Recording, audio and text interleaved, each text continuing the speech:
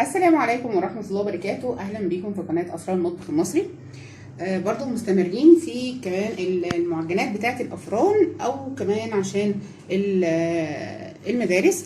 معجنات هتنفعك جدا في المدرسة، هتوفر عليكي وقت ومجهود وكمان طعم وريحة أحلى من بتاعة بره بكتير جدا.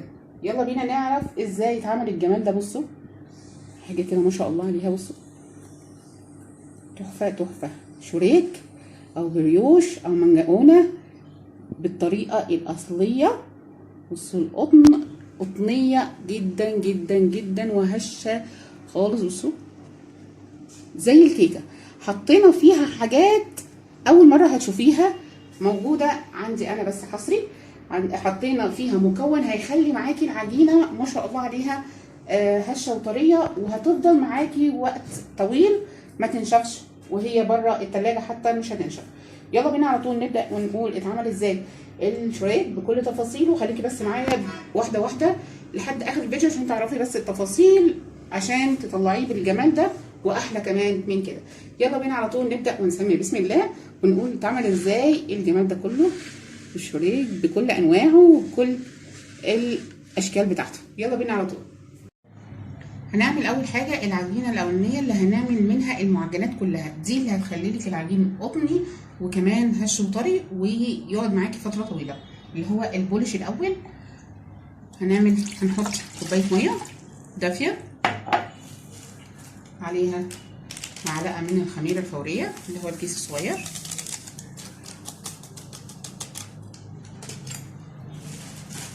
عليهم معلقه من السكر، رشة ملح صغيرة، وهنقلب الكلام ده كله مع بعض.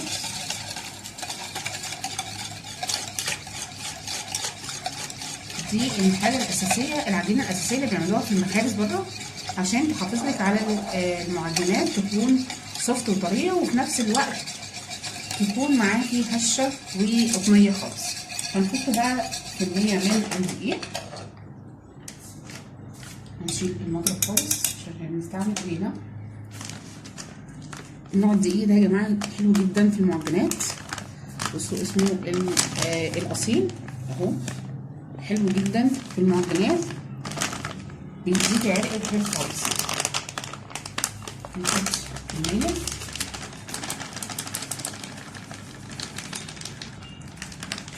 هنعملها عجينه متماسكه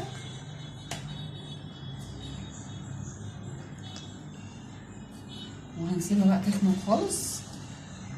وكنا معانا البوله بتاعتنا عشان هي دي اللي هناخد منها، وهنعمل بقى الشريك وهنعمل الفينو وهنعمل كمان الكايزر. كل المعجنات هنطلعها منها. لازم تكون عجينه تقيله قوي كده معاكي. عندنا المقادير بتاعه الشريك، عندي هنا 3 بيضات،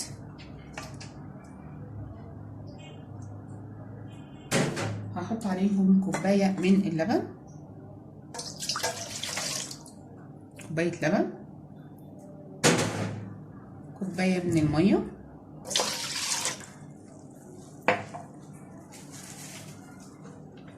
هنحط معلقه من الفانيليا صغيره، معلقه صغيره او نص معلقه صغيره عشان بس الفانيليا ما تمررش معاكي حاجه. دي كوبايه صغيره من السكر، كوبايه الا ربع، مش كوبايه مليانه برضو. هنقلب الاول الحاجه بتاعتنا،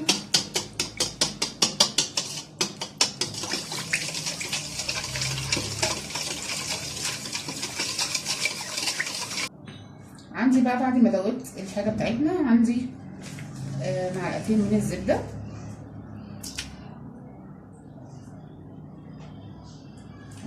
كمان زبده طريه بدرجه حراره المطبخ،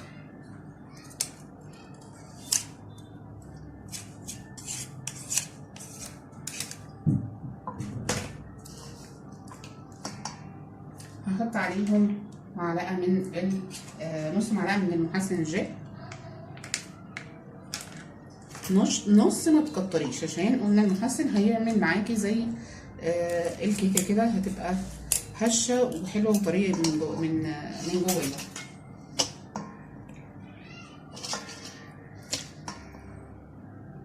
هنحط معلقه من الخميره، نص باكو، معلقه صغيره مش كبيره، وهنقلب. طبعا رشه الملح.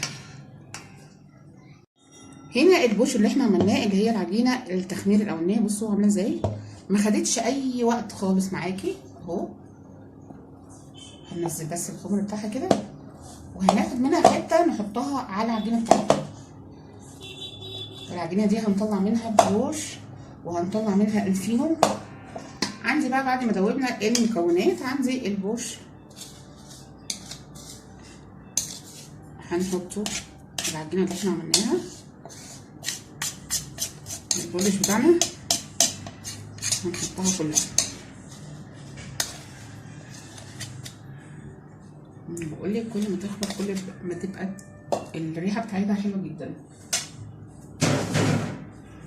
تمام. هننزل عليها الدقيق، هعمل 1.5 كيلو من الدقيق.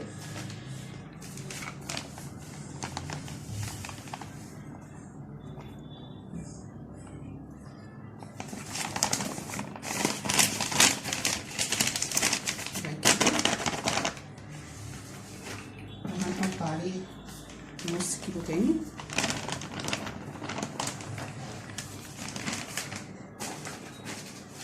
هنحط معلقه من البيكنج باودر، معلقه ممسوحه عشان كده، علشان بس تدي هشاشه للعجينه معاكي. تمام. وهنقلب بقى كده مع بعض وهنعجنها كويس بس كده.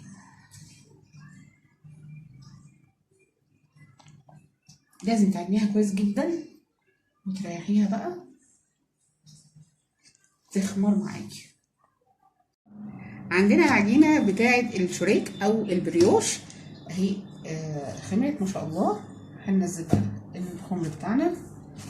العجينه دي يا جماعه عشان انا حطيت 1.5 كيلو من الدقيق، خدت معايا بالظبط الكوبايتين اللي انا حطيتهم، كوبايه لبن وكوبايه ميه، خدت تاني نص كوبايه من الميه، عشان طبعا فيها بيض وفيها زبده وفيها الكلام ده كله، ما خدتش ميه كتير منه. هننزل العجينه كلها.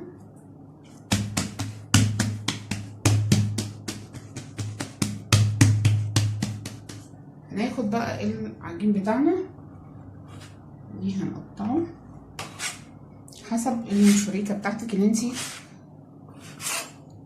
هتعمليها.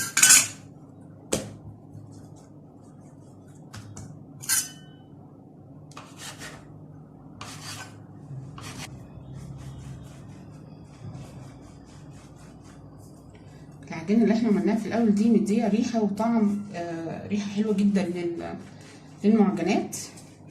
وبصي مش بتخليها تكمل معاكي 10 دقايق وبصي تلاقي العجينه خمرت معاكي وبسرعه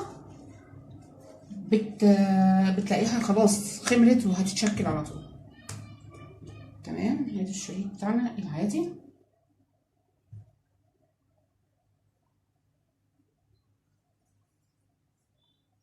اهي القفله دي بتبقى من تحت، تحطيها من تحت عشان ما تفتحش معاكي. كده المنظر بتاع الشريكه جميل، والعجينه حلوه جدا وناعمه معاكي وبتاخد معاكي وتدي معاكي في الشغل. هنكمل بقيه الكميه بقى بتاعتنا عشان وقتنا طويل، وبعد كده هنسيبهم يخمروا وندهنهم مع بعض. هنا بقى هندهن الوش بالبيض بتاع الشريك، هنحط عليه فانيليا، شويه فانيليا،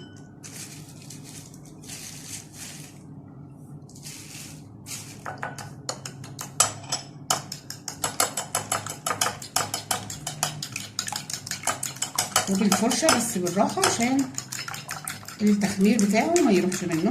هو لسه برضه متخمرش زياده عن اللزوم علشان بس تعرفوا تدهنيه. عندنا الشريك بتاعنا اهو، بسم الله. بصوا ولسه في كميه تاني، صاج تاني وكمان صينيه اهو. كل ده متخمرش لسه يا جماعه، انا لسه عاملاهم. فهندهن الوش من فوق، وعندك بقى اختيار ترشي من فوق سمسم او ترشي سكر او تسيبيه على كده، ولما يطلع تدهنيه من فوق مربى مشمش، او كمان عندك سيرب تقيل ادهنيه من فوق السيرب. ايا كان عندك اللي انت عايزاه تحطيه من فوق والولاد بيحبوه اعمليه. احنا بس عملنا الاساس، والتزيين ده عليكي انت بقى من فوق كده. لسه هندهن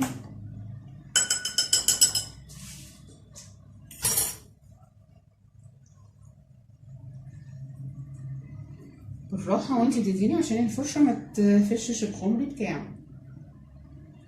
ادهنيه كله كده كويس علشان اللون الذهبي اللي انت بتشوفيه يبقى موجود. نسيبهم يخمروا ونحطهم في درجة حرارة 200 عشان المعجنات والعيش بالذات بياخدوا درجة حرارة عالية عشان ما ينشفوش معاكي. عندنا الشريك بتاعنا طلع من الفرن، بصوا الجمال بقى واللون، وما شاء الله الطراوه بتاعته حلوه جدا. هنبخه برضو بالميه. اي معجنات طالعه من الفرن لازم تبخيها بالميه، لازم هو سخن، هو سخن. عندنا الصينيه التانيه